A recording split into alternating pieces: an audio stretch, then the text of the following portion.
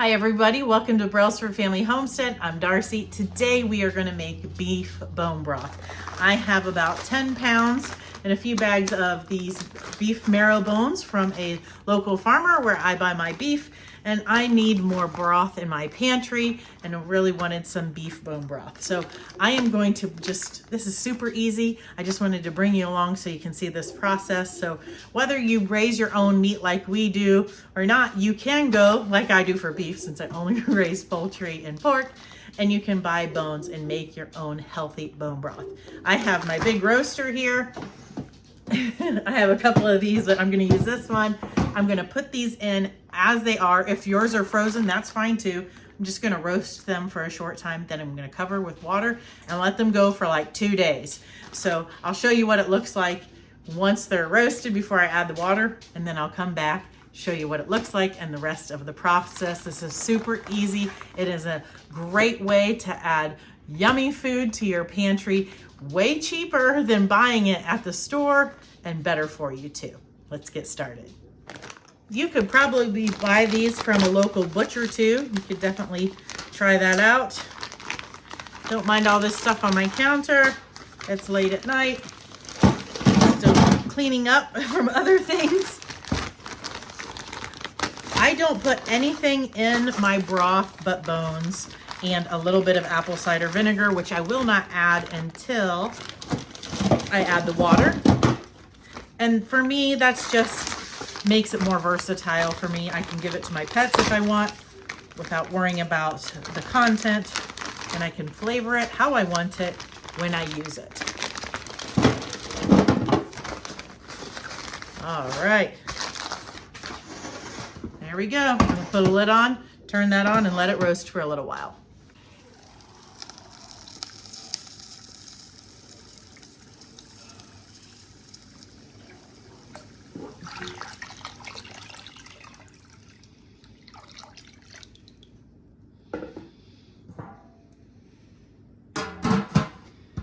It's time to strain the broth. It's been a few days. I'm trying to remember. I think, did I start it at Thursday night? I think so, or Friday morning. I'm pretty sure it was Thursday night. This is now Sunday night. I was away for 2 nights, and so it's time to strain this. It's been good and long. It's gonna be great. I will say that it doesn't smell great. I mean, I don't really love the smell of bone broth cooking anyway, but this is way stronger than chicken. And when I've done beef bones before, it's, I think, been knuckles and things that are much bigger. And this was all marrow. So maybe that's why. If you've made it before, maybe you know. But I'm just going to try to scoop out as many of the bones as I can with this, and then pick it up, pour it in this and something else if I need to. I'll show you what it looks like before I start doing that. I will be putting the broth in this pan to put it in the fridge to chill so that that fat can rise to the top and I can take it off. You have to remove that fat to safely can bone broth, but I will not be getting rid of it. I will render it as tallow. I'll insert a video here, a link to the video of where I've done that before, if you're interested in that. I'm gonna go ahead and pick as many of these bones as I can out, and then I'm going to pour it through that sieve very carefully. This pot is pretty full. I can put water in there after I remove the fat cap to just kind of dilute that some, because this is going to be super intense since it boiled down so much and I didn't add more water. So I'll taste it maybe and just decide what I want to do with that. It will definitely make it go farther that way. I want to see if we can crush these bones. I'm thinking no, but let's give it a shot. That's a whole lot of bones. Let's just grab one here. Wow. Huh. Okay.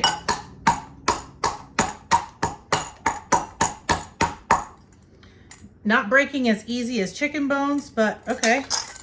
So I may go through, let me pull you up here.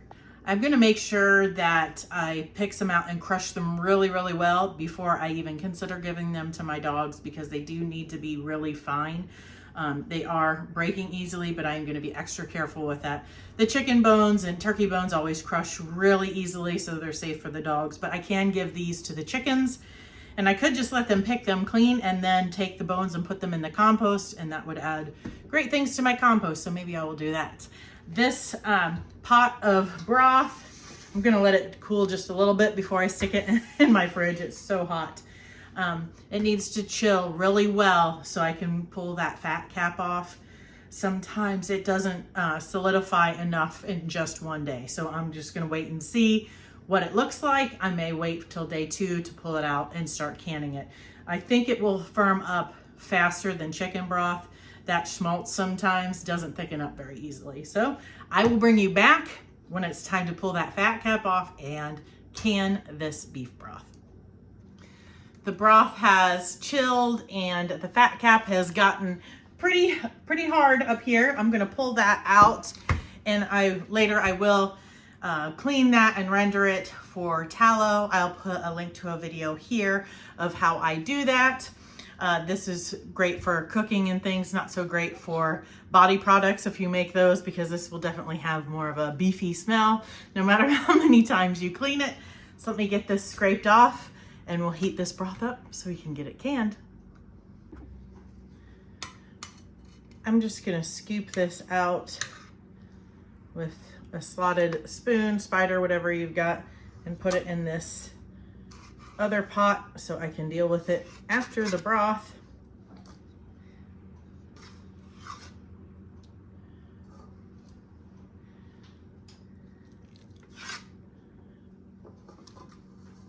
I'm trying not to get too much of this stuff on the top in there, because that is all stuff that will have to be washed out from the tallow.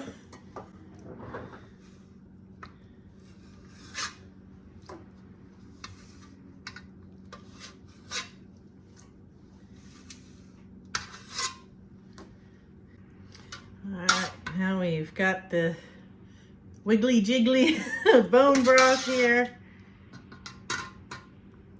I don't know exactly how much broth this will make yet, but this is what I use to heat up my bone broth when I'm canning it, because if I fill this up just about all the way, it will hold 7 quarts, which is a canner load for me. So that makes that nice. So I will put this pot back in the fridge between runs. I may or may not use 2 canners at once. I usually do, but I would expect that this is probably at least 2 canners. So let's get this heated up. If I didn't say already, we are using a pressure canner. That's what's required for canning broth. So I have a hot jar and the hot liquid. Let me bring you down here. And we're going to fill this jar up to 1-inch headspace.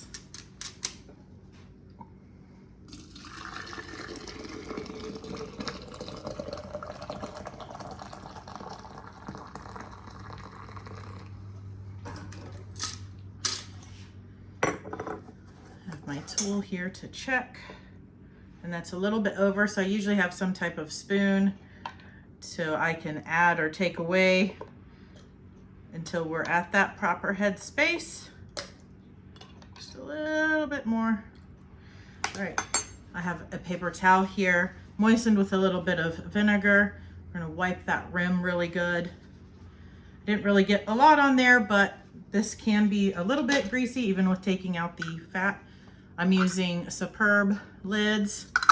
I have 1 lid and a ring.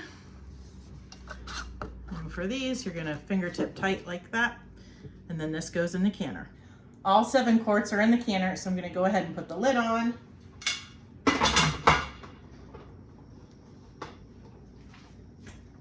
And turn that heat on. And once it starts venting steam here, I'll set a timer for 10 minutes. And then I'll put the weight on. And once the weight has gotten up to the proper weight for your location, then I will set the timer for 25 minutes.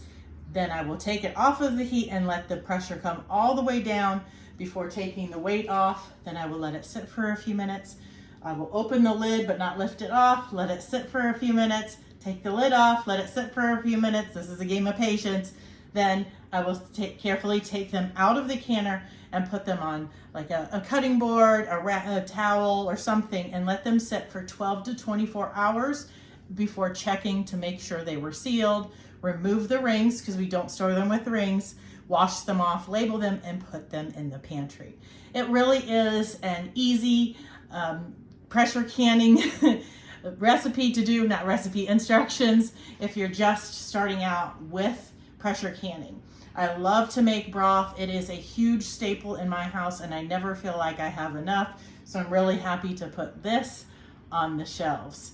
Now, if you saw, I did say to start with a hot jar and the hot liquid. So if you don't, with water bath, you can just put it in there when you're heating up the water. This, you're usually not boiling that first, so you can put hot water in, or maybe put it in your dishwasher under keep warm, things like that. But you do need your jar to be hot, because otherwise you put that boiling broth in there, you're gonna have thermal shock and break your jars, burn yourself, and have a mess. So you want hot jars with your hot product. So I hope this is helping you. I'll bring you back when I pull these out so you can see what it looks like. I do have a whole nother canner load to do. I am gonna wait and just use this one when it's done because I have some other stuff to do around the kitchen, but I will show you the jars when they're all done. One more thing, I did mention elevation, but I don't think I said much about that.